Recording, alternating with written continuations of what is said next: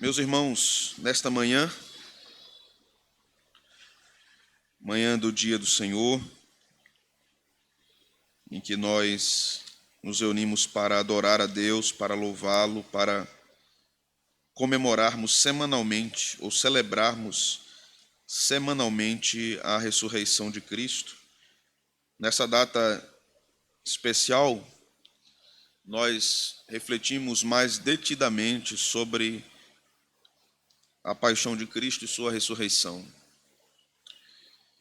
No meio evangélico há uma certa controvérsia, principalmente entre os reformados, se esta festa da Páscoa deveria ser relembrada pelos evangélicos, visto que Paulo nos diz que Cristo é a nossa Páscoa e que a ceia do Senhor é a maior manifestação daquilo que ocorria na antiga aliança. Então, alguns irmãos preciosos nossos discordam que a igreja deva partilhar desse calendário litúrgico.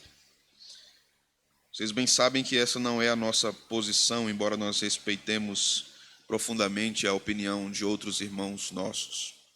A Páscoa é a festa cristã mais antiga que consta nos anais da história da igreja. Alguns historiadores vão dizer, segundo a tradição, que o apóstolo João já fomentava a prática de relembrar em um tempo do ano, no mês de Nissan, a Páscoa judaica, aplicando isso agora à vida da igreja. Então, há uma prática cristã antiquíssima, remontando ao primeiro século, acerca das comemorações da igreja acerca da Páscoa, não a judaica, mas a cristã.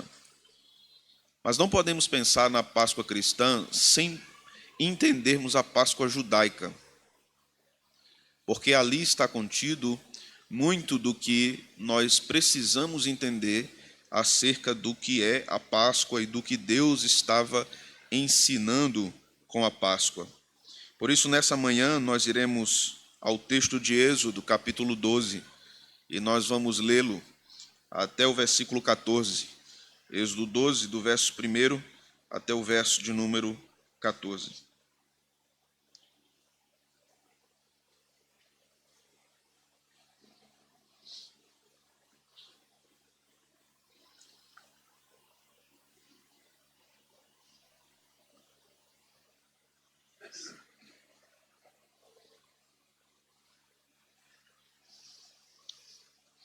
O texto sagrado nos diz: Disse o Senhor a Moisés e a Arão na terra do Egito: Este mês vos será o principal dos meses, será o primeiro mês do ano. Falai a toda a congregação de Israel, dizendo: Aos 12 deste mês, cada um tomará para si um cordeiro, segundo a casa dos pais, um cordeiro para cada família. Mas se a família for pequena para um cordeiro, então convidará ele o seu vizinho mais próximo, conforme o número das almas, conforme o que cada um puder comer. Por aí calculareis quantos bastem para o cordeiro. O cordeiro será sem defeito, macho de 1 ano. Podereis tomar um cordeiro ou um cabrito, e o guardareis até ao 14º dia deste mês. E todo o ajuntamento da congregação de Israel o imolará no crepúsculo da tarde. Tomarão do sangue e o porão em ambas as ombreiras e na verga da porta, nas casas em que o comerem. Naquela noite comerão a carne assada no fogo, com pães asmos e ervas amargas a comerão. Não comereis do animal nada cru, nem cozido em água, porém assado ao fogo, a cabeça, as pernas e a fressura. Nada deixareis dele até pela manhã. O que, porém, ficar até pela manhã, queimá-lo-eis. Desta maneira o comereis: lombos cingidos, sandálias nos pés, cajado na mão, comê-lo-eis à pressa, é a Páscoa do Senhor. Porque naquela noite passarei pela terra do Egito e ferirei na terra do Egito todos os primogênitos, desde os homens até aos animais. Executarei juízo sobre todos os deuses do Egito. Eu sou o Senhor. O sangue vos será por sinal nas casas em que estiverdes. Quando eu vir o sangue, passarei por vós, e não haverá entre vós praga destruidora, quando eu ferir a terra do Egito. Este dia vos será por memorial, e o celebrareis como solenidade ao Senhor. Nas vossas gerações o celebrareis por estatuto perpétuo. Amém. Vamos orar. Senhor, fala conosco através do sermão, através da entrega do que a Tua palavra diz. Que o Senhor fale conosco poderosamente, que os nossos corações estejam abertos, os nossos ouvidos estejam atentos e as nossas almas estejam sedentas por receber instrução do Senhor. E sejamos mais uma vez expostos ao Evangelho da Graça e que o Evangelho seja exposto a nós. Que nós possamos verdadeiramente sairmos daqui nessa manhã sabedores e convictos de que o Senhor falou conosco, de que o Senhor está no nosso meio e de que o Senhor nos ensinou mais de si mesmo e da grande obra de salvação que desenhou desde toda a eternidade passada. Nós te pedimos encarecidamente, Senhor, precisamos ouvir a Tua voz, que sejamos tocados por ela, que sejamos transformados pela Tua palavra, que sejamos, Senhor, edificados, fortalecidos, consolados. Este é um dia feliz para nós, um dia que celebramos a ressurreição do Filho de Deus. Pedimos isso ao Senhor, no nome de Cristo. Amém. Amém. Podem sentar, irmãos. Como dizia anteriormente, irmãos, a Páscoa ocupa a centralidade da fé cristã, assim como ocupava a centralidade da fé judaica. Para os cristãos, a festa não segue os ritos judaicos, como nós lemos aqui no capítulo 12 de Êxodo, porque tudo isso foi cumprido em Cristo. Mas há aqui uma riqueza de simbolismos esses importantes, porque eles estão relacionados à nossa salvação, estão relacionados ao culto cristão, estão relacionados à espiritualidade da igreja, visto que a morte de Jesus e a sua ressurreição são necessárias para o cristianismo. Sem isso não há cristianismo. Então aqui temos saída, temos passagem, temos cordeiro, temos fogo, temos família, temos comunidade, temos preparação, temos adoração. Tudo isso faz parte do rito pascal do Antigo Testamento. Braseiro aceso, cordeiro assado, cheiro de carne no fogo, sendo assada. Isso é símbolo de vida, o que para nós pode soar, ou pode, melhor dizendo, cheirar como algo não tão agradável. Para Deus, o cheiro da carne queimada e o cheiro do sangue é aroma suave às suas narinas. Aqui nós temos solenidade, aqui nós temos gratidão, temos alegria para o povo de Deus. Adoração e refeição santa. Cajado na mão, sandália nos pés, prontidão em avançar, em peregrinar, fazem parte da Páscoa do povo de Deus. Tudo isso está intimamente e simbolicamente ligado à vida da igreja hoje, assim como esteve ligado profundamente ao povo de Israel, aos israelitas no Antigo Testamento. Estava também ligado aos crentes no Novo Testamento. E nós vamos ver aqui várias passagens que afirmam a importância da Páscoa para os crentes no Novo Testamento. Vamos ver também que para nós ainda é muito importante. Como falava no início, alguns dos nossos irmãos também de tradição reformada afirmam que a Páscoa não deve ser comemorada, porque isso deve ser feito apenas na Santa Ceia do Senhor. Mas preciso aqui instruir a igreja também, em termos históricos, que esta não é a única posição entre os reformados. Nunca foi a única posição. Muitas vezes em nosso meio, por conta, reconheço, do zelo pela palavra, pelo sola escritura, nós começamos a afirmar uma vertente no meio reformado como majoritária para todos, como se todos pensassem da mesma forma sempre, e não foi assim na história da igreja desde a Reforma Protestante. Dito isso, nós precisamos observar agora o que o texto diz. A palavra Páscoa, pessá, passagem, isso tem a ver com o anjo que viria sobre as casas dos judeus, dos israelitas naquele período e dos egípcios. As casas que estivessem manchadas de sangue nas ombreiras, elas seriam preservadas da morte. As casas que não tivessem seriam alvo de juízo.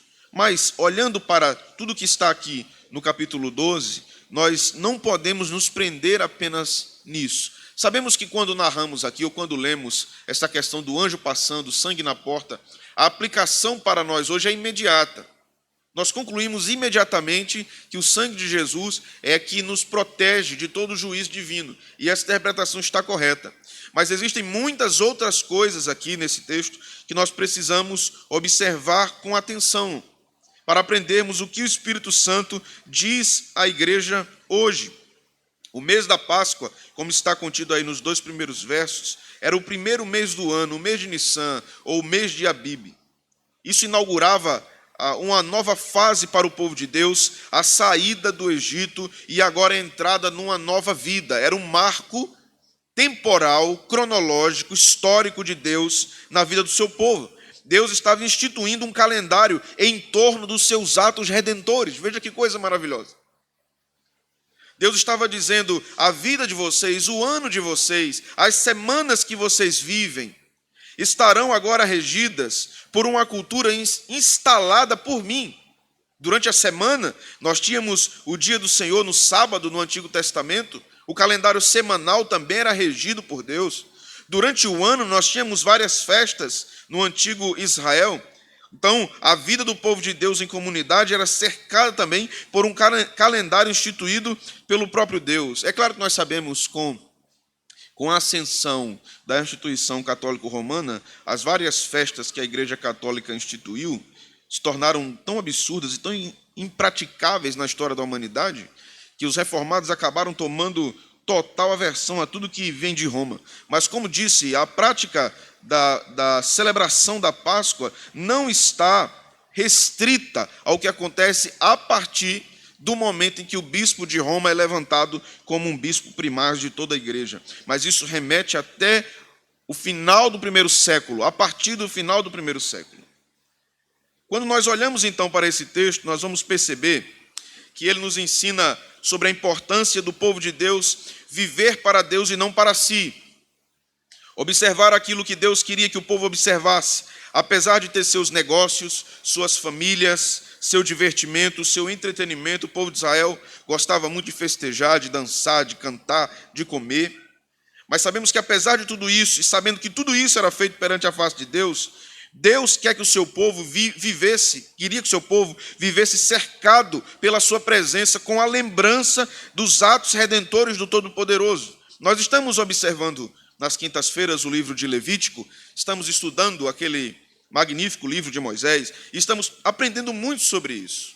Mas o que para nós, em nosso tempo, é o Natal, para os judeus era Páscoa, e para os cristãos primitivos era Páscoa. Justo Gonzalez, historiador da igreja, vai dizer que a prática da lembrança e do festejo no Natal é muito posterior ao da Páscoa. A Páscoa sempre foi a principal festa do povo de Deus.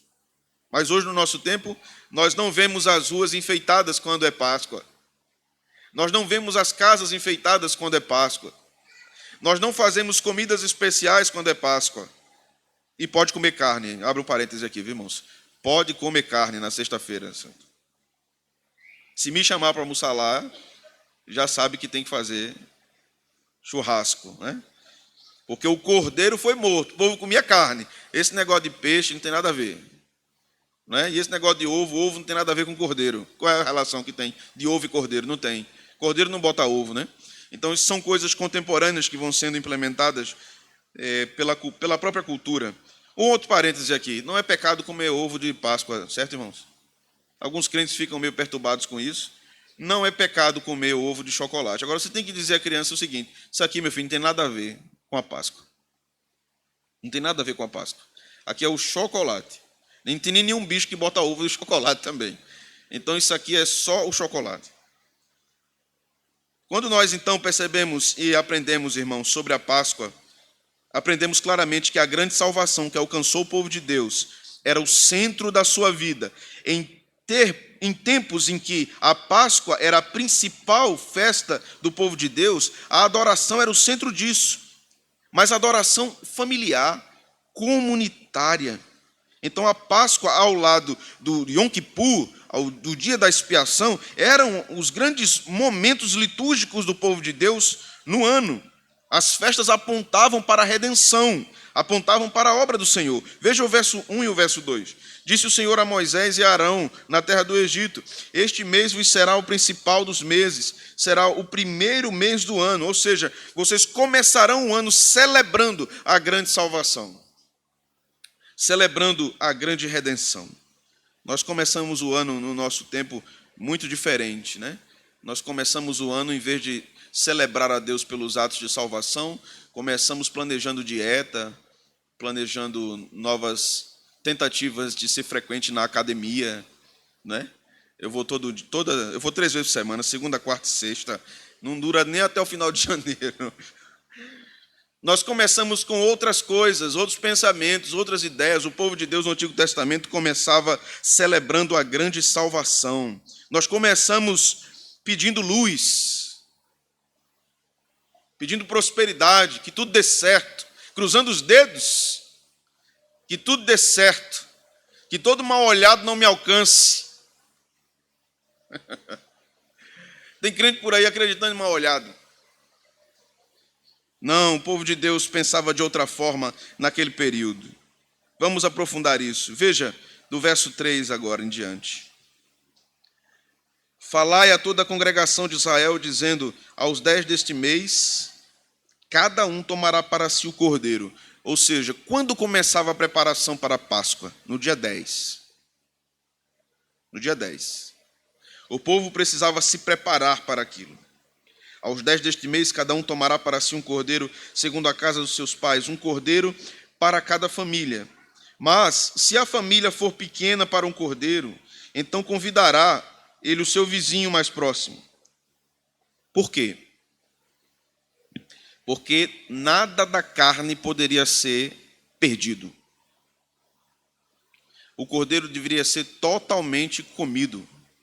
E se não fosse, tinha que queimar. Eu vou explicar isso por quê. Por que acontecia dessa forma? Nada poderia ser desperdiçado na ceia pascal. A ceia da Páscoa era a ceia da fuga. O povo deveria estar preparado para sair do Egito. Aqui está acontecendo exatamente nesse período. E posteriormente, todas as vezes que a Páscoa fosse comemorada, tudo isso deveria ser revivido pelo povo de Deus. Revisitado pelo povo de Deus. Mas, pastor, a Páscoa, a saída do Egito já não tinha ocorrido, o anjo já não tinha passado, e o povo teria que reviver tudo isso? Sim. Era uma santa encenação. Todos os anos o povo deveria rememorar o que aconteceu naquele grande dia, mesmo não tendo vivido naquela época. O povo judeu é um povo de memórias, é um povo de lembranças. O povo cristão deveria seguir a mesma tradição. Um povo de memórias, um povo de lembranças. Quando nós olhamos para o contexto dos evangélicos atuais, vamos perceber que a cada dia temos maiores problemas com lembranças e com memórias e com a tradição. Falamos de tradição, parece que já estamos falando de infidelidade às Escrituras ou infidelidade ao Evangelho. Mas nós vamos aprender um pouco com a cultura judaica a respeito disso.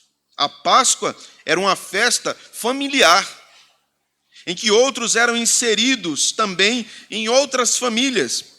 O povo todo estava celebrando aquilo. Era uma festa comunitária. Havia uma importante instrução sobre a vida comunitária na Páscoa. A Páscoa celebrava a vida espiritual, a libertação de Faraó, a saída do Egito. E isso deveria ser feito em família, em comunidade, com o povo de Deus. O povo deveria começar a se preparar no 10º dia. O povo deveria preparar o cordeiro que seria imolado, assado, comido pelas famílias. Nada poderia se perder. Famílias pequenas deveriam juntar-se com outras famílias. O animal, veja o verso 5, deveria ser macho, sem defeito. Qual é o detalhe final do versículo, depois de sem defeito? O que é que vocês leem aí? Por que um ano? Por que um cordeirinho de 1 ano? Por que não 2? Por que não recém-nascido? Por que 1 ano? Nós vamos aprender sobre isso. O sacrifício deveria acontecer no 14º dia, ao pôr do sol. Exatamente era este o dia que Deus havia determinado. Exatamente o dia que Jesus foi crucificado. Quando Jesus estava sendo crucificado, os cordeiros estavam sendo mortos e assados. Esse texto está apontando para a grande obra de salvação. Depois de morto, o sangue do animal deveria ser usado nas laterais das portas, nas vergas das portas. Os israelitas assim então seriam protegidos. Algumas coisas aqui para a nossa edificação. Era o desejo do Senhor que o povo celebrasse a Páscoa juntos. Páscoa é vida comunitária, nunca solitária. Não era instrução do Senhor que um indivíduo celebrasse a Páscoa sozinho. Sempre em comunidade, sempre em família, sempre inserindo-se em outras famílias, se a família fosse pequena demais para comer um cordeiro. Deus queria que o seu povo lembrasse disso, assim como a Santa Ceia não pode ser consumida individualmente, independente do corpo. A Páscoa é a origem do ensino acerca da ceia do Senhor. A ceia deve ser vivida em conjunto. C.S. Lewis, um grande apologista do século XX, um grande escritor, publicou inúmeras obras, conheceu o Evangelho de Deus através do seu amigo Tolkien, também escritor. Lewis era um episcopal, era um anglicano, que entendia que no começo de sua carreira da fé, não precisava ser frequente na igreja. Ele poderia ser um cristão sem estar lá na igreja. Ele poderia crer no Evangelho, sem necessariamente estar comprometido com a comunidade. Houve uma virada de chave na mente de Lewis, quando ele entendeu que a ceia só pode ser desfrutada na vida comunitária. Isso está sendo ensinado desde o Antigo Testamento. Nós não viveremos plenamente a nossa espiritualidade cristã sem a congregação, sem as nossas famílias reunidas. Ao nos lembrarmos da morte de Cristo, nossos corações devem considerar essas verdades. A ceia do Senhor, que relembra essa morte, o maior memorial simbólico cristão, deve nos relembrar também a grande obra que a Páscoa proclama. Nós fomos tirados do Egito. Na ceia nós comemos o cordeiro. Na ceia nós bebemos o vinho. Na ceia nós partilhamos uns com os outros. Nós afirmamos que somos parte dessa história redentiva, da nossa relação com Deus, na nossa relação com os nossos irmãos. Tudo isso é importante na simbologia bíblica e judaica. Agora deixe marcado aí Êxodo 12 e vá comigo para Êxodo 6. Aqui nós vamos aprender algo da tradição judaica, que eu não sei se vocês já ouviram falar alguma vez, acerca dos 4 cálices que são bebidos no festejo da Páscoa judaica. Capítulo 6, verso 6 e verso 7.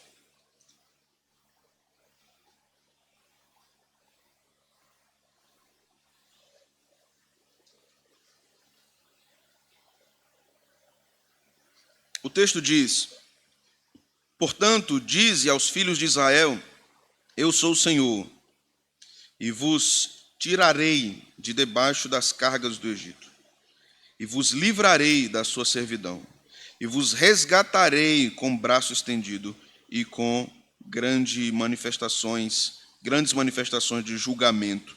Tomar-vos-ei por meu povo, e serei vosso Deus, e sabereis que eu sou o Senhor vosso Deus, que vos tiro de debaixo das cargas do Egito. A tradição judaica utiliza esse texto para falar dos 4 cálices tomados na Páscoa, na festa da Páscoa. Isso aqui é muito interessante para nós. O primeiro cálice, o primeiro copo, é chamado de Kadesh. Significa eu vos tirei. Isso está no verso 6. A celebração da Páscoa na casa começava com o judeu reclinado à esquerda, com o peito levantado, tomando o primeiro cálice.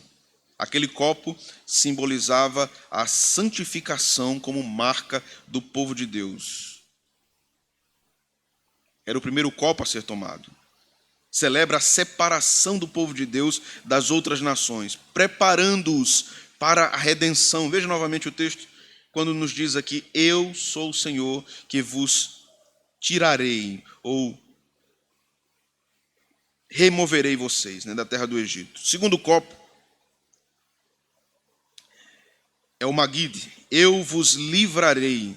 Este é o copo do julgamento, bebido após a narrativa do Êxodo. A história do Êxodo precisava ser contada às crianças, contada aos mais jovens. Deveria ser repassada, como diz o Salmo 78, recontada todos os anos. Aqui, o segundo copo estava apontando para o julgamento contra o Egito. E então depois o judeu tomava o terceiro copo. Eu vos resgatarei, Ramazon. Este é o copo da redenção, tomado após a refeição principal da Páscoa, tradicionalmente associado pelos estudiosos ao cálice que Jesus tomou na última ceia. Este era o cálice que Jesus tomou na última ceia. O cálice da redenção, do resgate. E aquilo apontava para nós. Jesus estava celebrando a Páscoa. O quarto copo e o último copo é o Halel. Eu vos tomarei por meu povo, bebido no final da festa. Representava a aliança entre Deus e Israel e o louvor pela libertação. Tudo isso fazia parte do cerimonial judaico. O povo deveria seguir essa tradição de comer a Páscoa, partilhar a Páscoa, preservando todos esses ritos, com a finalidade de preservar a tradição, a cultura judaica e também de louvar a Deus.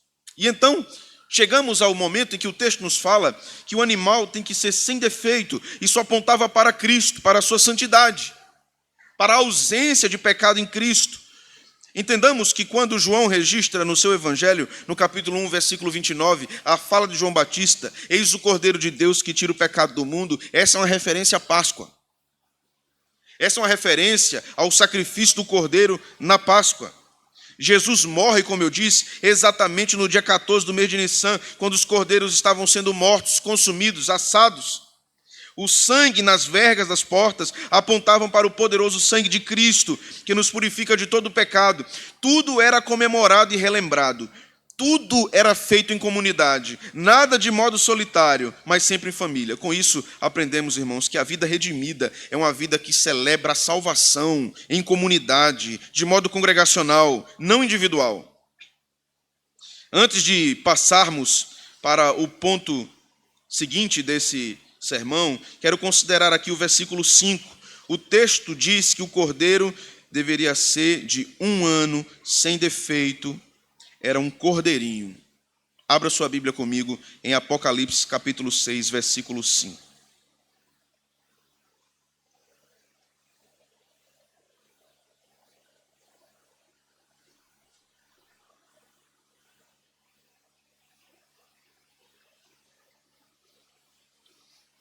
Apocalipse 6, verso 5. Está projetado aqui à frente. Então vi, no meio do trono e dos 4 seres viventes, e entre os anciãos de pé. O que é que diz agora, irmãos?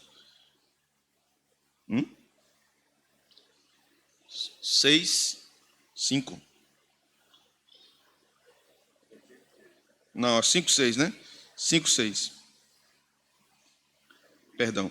Então vi no meio do trono e dos 4 seres viventes, e entre os anciãos de pé. O que é que diz agora? Um cordeiro, como tendo sido morto. Ele tinha 7 chifres, bem como 7 olhos, que são 7 Espíritos de Deus enviados por toda a terra. Ok. Observemos que a palavra grega para cordeiro, nesse versículo, é arner. A palavra para cordeiro é arner. Mas nesse versículo não tem arner, mas arnion, cordeirinho. A palavra aqui para cordeiro, usada por João, é arnion, cordeirinho. Veja que o cordeirinho representa aqui Cristo.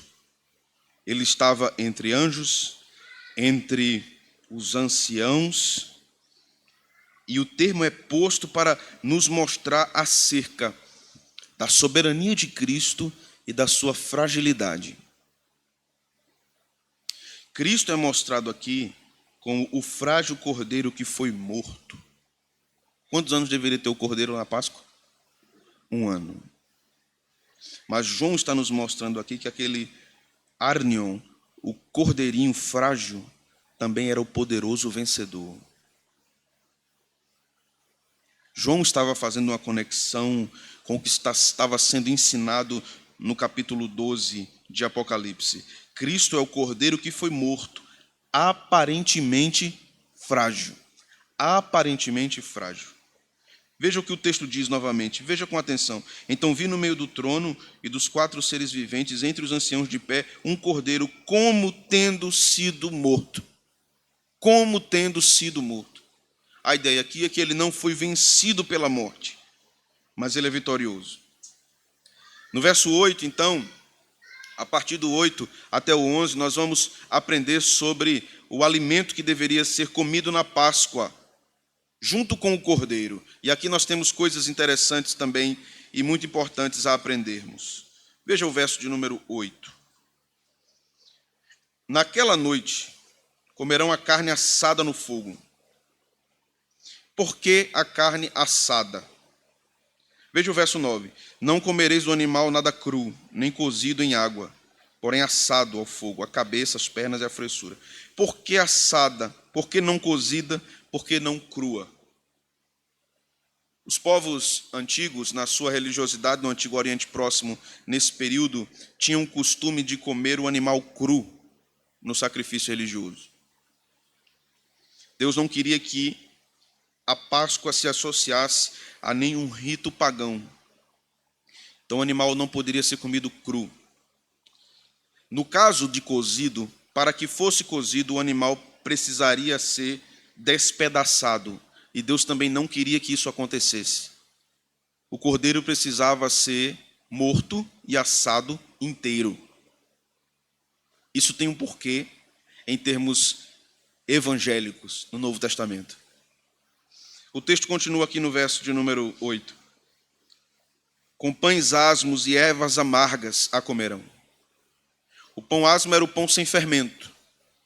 Estudiosos do Antigo Testamento, do livro do Êxodo, vão dizer que é possível que, quando o povo estava cativo no Egito, como escravo, eles não tinham condição de preparar o pão fermentado por causa da demora.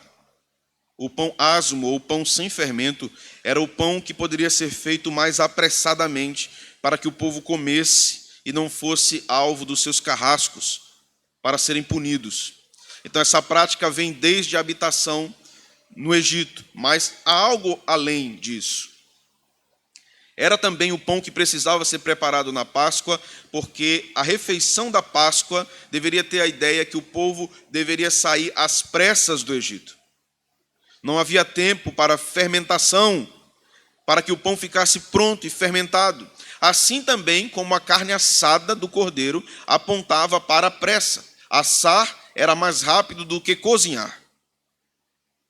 Tudo estava apontando para uma ceia de fuga. A comida deveria ser o que Deus havia dito e deveria então apontar para esta saída. O texto também diz que o povo deveria comer ervas amargas, porque aquilo lembraria o povo da angústia e amargura que viveu no Egito, conforme Moisés conta no capítulo 1, que Deus viu a angústia do seu povo, viu a forma amarga que o seu povo estava vivendo no Egito. Muito antes da pedagogia moderna descobrir a pedagogia sensitiva que a criança deve aprender através de texturas, através do tato, através do cheiro, através do paladar, Moisés já estava ensinando isso pedagogicamente. O povo deveria comer a erva amarga para lembrar do que sofreu. Ainda hoje os judeus comem as ervas amargas. Alguns comem alface molhado na água salgada para lembrar de tudo que haviam enfrentado no Egito. O pão asmo trazia essa lembrança, a carne assada também trazia essa lembrança. Tudo isso era uma simbologia religiosa maravilhosa. Aqui nós vamos observar também o seguinte no verso 10: nada deixareis dele até pela manhã, o que porém ficar até pela manhã, queimá-lo-eis. O animal deveria ser consumido totalmente, e a queima pela manhã era para que o povo pudesse partir, não ficava nenhuma sobra. Se não comeu tudo no dia anterior, tinha que queimar, porque o outro dia era o dia da saída, era o dia da partida. É uma disposição em obedecer a Deus e deixar tudo que pode ser descartado. O povo deveria então estar pronto para a grande libertação. Há questões aqui tão importantes, irmãos, sobre isso. Porque quando nós lemos Deuteronômio capítulo 16, verso 3, eu queria ir com vocês para lá, para considerar mais uma questão aqui sobre esse ponto relacionado à comida. Deuteronômio 16, verso 3, o texto vai dizer algo importante aqui sobre o pão asmo.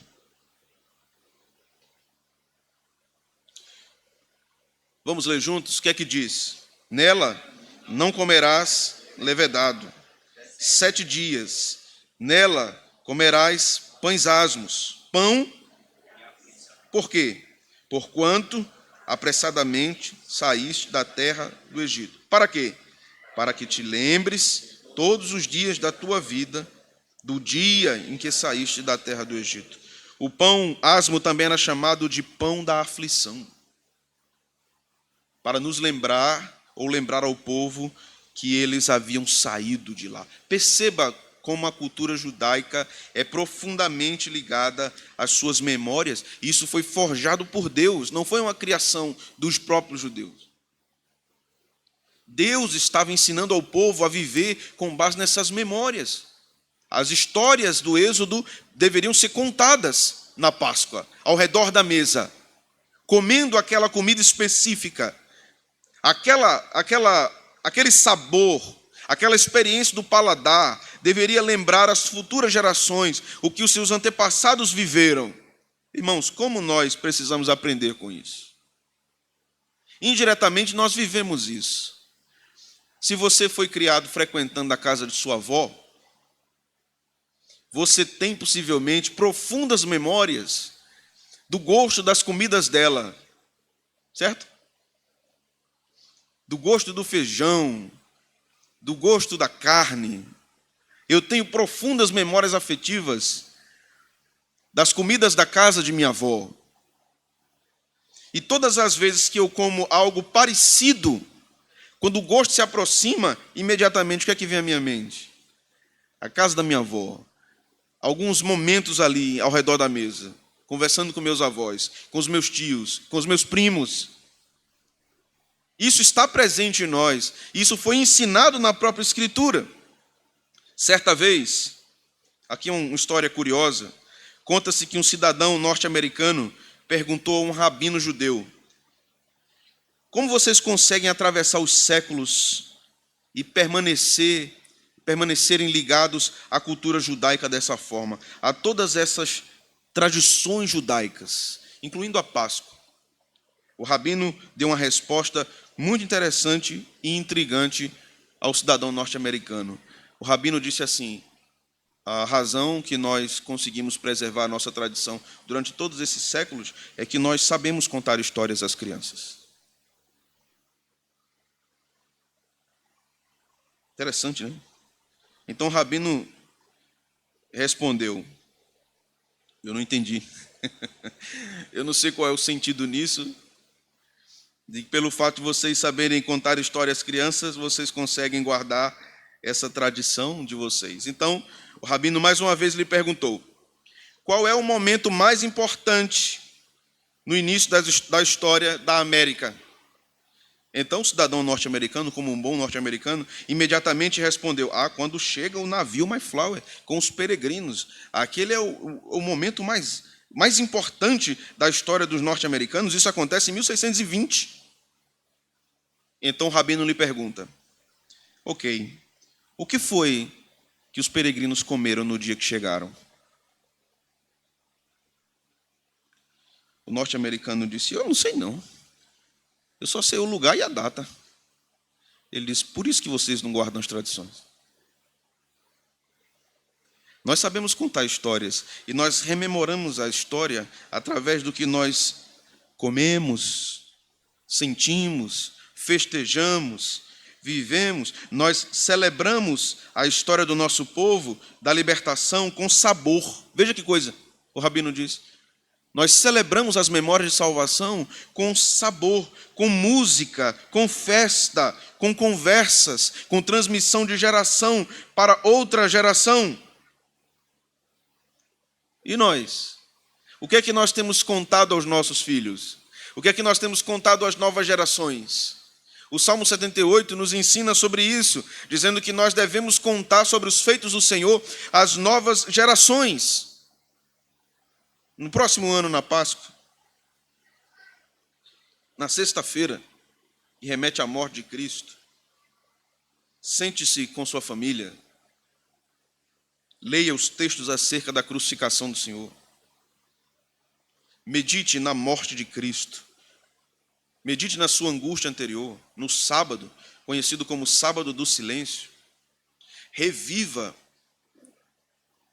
aquela angústia do sentimento de ausência dos discípulos. Aí você pode perguntar: mas pastor, eu já sei o resultado. Jesus ressuscitou. Não é? Então, para a cabeça do ocidental, que pensa linearmente, né, o oriental pensa ciclicamente. Nós pensamos de forma mais direta, mais objetiva, mais prática, e nós perdemos muito quando pensamos assim. Você pode dizer: mas eu já sei que ele ressuscitou, e para que eu vou me angustiar no sábado? Mas observe, os judeus hoje têm certeza de que Deus abriu o mar vermelho e arrancou o povo do Egito? Sim. Mas eles continuam comendo o pão da aflição, eles continuam tomando os cálices, eles continuam comendo ervas amargas. A ideia aqui, irmãos, não é judaizar a igreja, não é isso. Mas é nos lembrarmos, revivermos aquelas cenas que foram cruciais na história do cristianismo. Nós temos pensado pouco a respeito do que Jesus fez. Temo que o nosso cristianismo tem se voltado mais para as nossas necessidades imediatas. Temo que o nosso cristianismo tem se voltado mais para o que nós precisamos aqui e agora, ou amanhã. O nosso cristianismo tem se voltado mais para as nossas necessidades materiais. Não temos rememorado. Lembremos que, ainda que creiamos que a ceia é a manifestação espiritual de Cristo nos elementos, ela também é memorial. Nós nos lembramos, nós revivemos. Então, essa cultura de rememorar, de lembrar, de reviver, está presente na ceia. Porque a ceia surge a partir da Páscoa. Jesus pega o pão comido na Páscoa, pega o vinho, o cálice bebido na Páscoa e diz: isso é o meu corpo e isso é o meu sangue. E vocês terão vida por meio disso. Na festa, os israelitas deveriam estar prontos para a partida. Era assim que cada israelita deveria se preparar para a fuga. Observe o versículo de número 11, veja só. 10 e 11. Nada deixareis dele. Verso 11. Desta maneira o comereis. De que modo? Lombos cingidos. Que mais? Sandália nos pés. Cajado na mão. Comê-lo-eis à pressa. É a Páscoa do Senhor. Verso 11 é o primeiro momento onde a palavra Páscoa aparece. Né? Pesach aparece. Lombos cingidos. A roupa deveria ser levantada de perto dos tornozelos até a cintura e presa numa corda ou num cinto, porque aquilo dizia que aquele que usava a roupa conseguiria se movimentar mais rapidamente, se mover mais rapidamente. Por isso que Paulo, Jesus, o Novo Testamento nos falam sempre de cingir os lombos. Né? Aqui no Nordeste a gente diz assim, o lombo, né? Bate no ombro assim, né? Aqui nas costas, o lombo. Mas para o hebreu, o lombo é essa parte final das costas.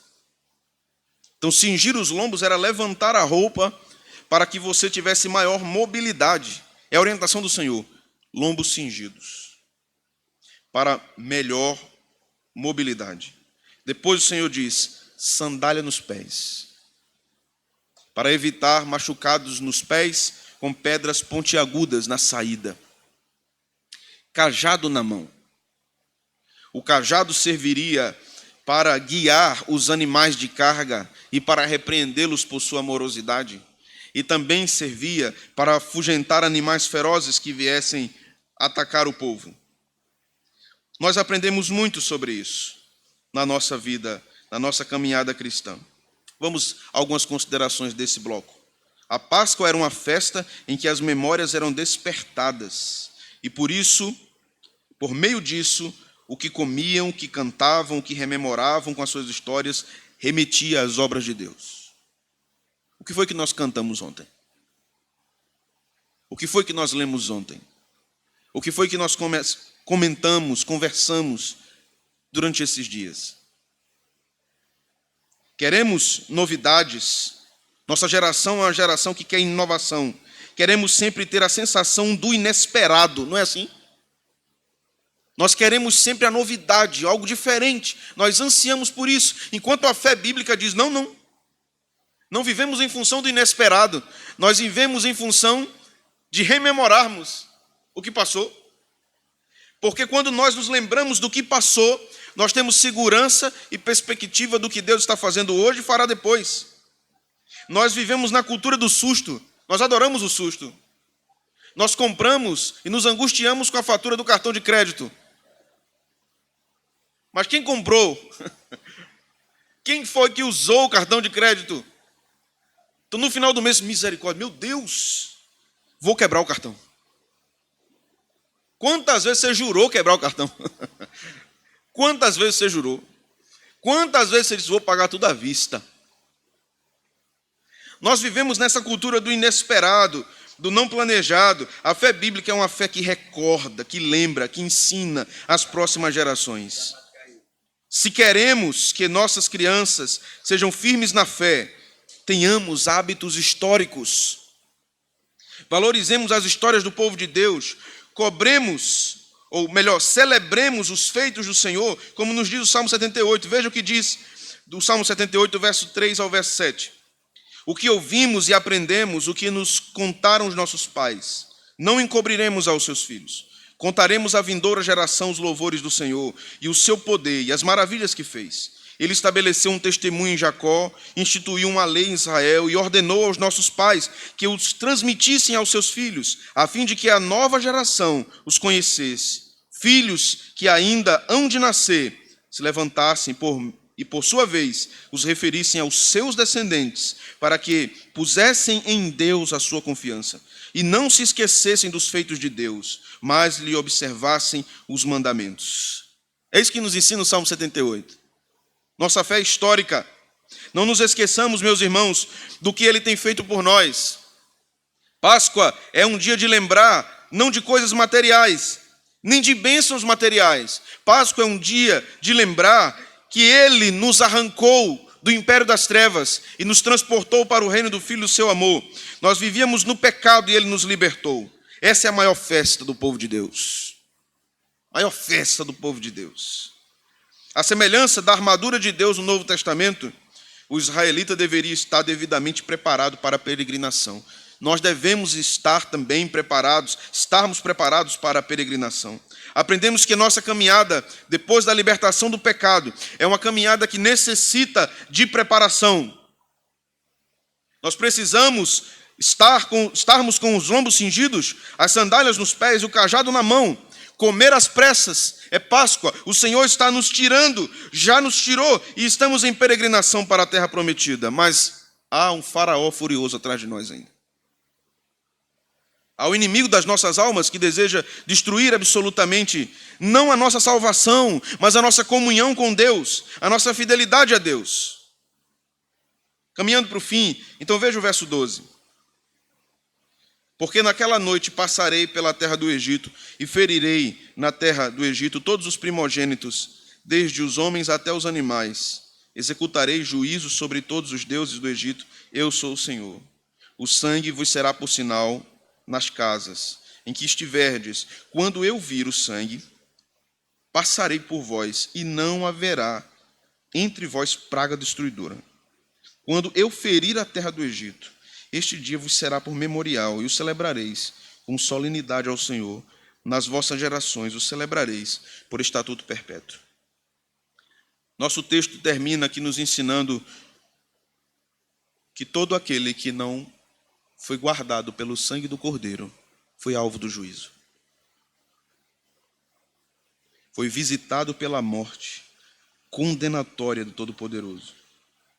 Aprendemos aqui que a marca do sangue no texto aponta para a marca do sangue de Cristo nos seus filhos, nos seus eleitos, nos seus servos. Você tem o sangue do Cordeiro? Hoje o sangue do Cordeiro não precisa estar na verga da porta. O sangue do Cordeiro precisa ter banhado o nosso coração. Este sangue banhou você? O sangue representa a redenção, o perdão de pecados. Todos os que rejeitam o Senhor haverão de ser julgados pela reta justiça divina. Isso não é injustiça da parte de Deus. Injustiça é negar a eficácia do poder salvador de Cristo. Isso é injustiça. Por fim, meus irmãos, o Senhor ordena que a Páscoa seja comemorada como estatuto perpétuo, para que o povo lembre do que Deus fez. Para nós, para que lembremos do que Cristo fez. Nossa Páscoa cristã nos ensina de que Jesus é que nos livra da morte, que nos livra da ira vindoura. Haverá um dia em que todos os homens serão julgados para a vida eterna ou para a morte eterna. Esse julgamento já foi prefigurado nas Escrituras e também ocorreu no Egito. A Escritura vai mostrando várias vezes que esse julgamento acontecerá. E Deus vai fazendo isso em menor proporção na história até chegar o grande dia do juízo. Você que está aqui nessa manhã, tem sobre você o sangue de Jesus, a marca do Cordeiro. A vida boa aqui não é a vida tranquila, não é a vida segura, não é a vida com um bom emprego, não é a vida num concurso público, não é uma vida que você pode fazer muitas viagens, não é uma estabilidade, seja ela qual for, não é saúde. A boa vida é quando temos o perdão divino. É quando somos salvos pela graça, é quando confessamos que somos carentes de salvação e de um Salvador. Essa é a boa vida. Alguém já disse que nós não precisamos buscar a nossa melhor versão, nós precisamos buscar a Jesus. Nossa cultura tem esse negócio, né? Busque a sua melhor versão. Seja o melhor que você pode ser em você mesmo. Supere-se. Não, a Bíblia nos ensina que nós carecemos de um Salvador. E Jesus é a única saída. Jesus é a única proteção. Sua morte e ressurreição mudaram a história do mundo e dos homens. Somos tirados do Egito. Você já foi tirado de lá? Já foi tirado do mundo de perdição, do mundo que está em estado de inimizade contra Deus. Nós cremos no Cordeiro de Cristo, no Cordeiro de Deus que é Cristo. Você crê nesse Cordeiro? Creia hoje. Venha a Cristo hoje, entregue-se hoje, receba-o hoje. Hoje é o dia para a sua salvação.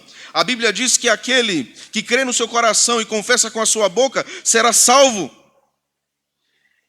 E esse dito, esse ensino do Todo-Poderoso, dizendo, quando eu passar, se o sangue estiver lá, eu não ferirei de praga aquela casa, aquela família. Quando ele vier, quando ele retornar na sua segunda vinda, todos aqueles que tiverem sido regados, banhados, cobertos pelo seu sangue, estarão salvos e livres da ira vindoura. Você está livre disso? Que depois de tudo que nós ouvimos nessa manhã, a Páscoa tem um novo sentido para nós. Um sentido bíblico, um sentido evangélico. Não tem a ver com ovo. Não tem a ver com chocolate. Tem a ver com Cristo. Cristo morreu para salvar pecadores. Creia nisso. Amém. Vamos orar? Ó Deus bendito, celebramos o teu poderoso nome. Pedimos agora a tua bênção sobre a mesa do sacramento, sobre os elementos. Vamos rememorar nessa data especial que o Senhor morreu, que o Senhor ressuscitou, que o Senhor está conosco, que nós estamos pactuados contigo. Abençoa, Senhor, esse pão, abençoa, Senhor, estes cálices e alimenta o teu povo com a tua presença. É o que nós te oramos em nome de Jesus. Amém.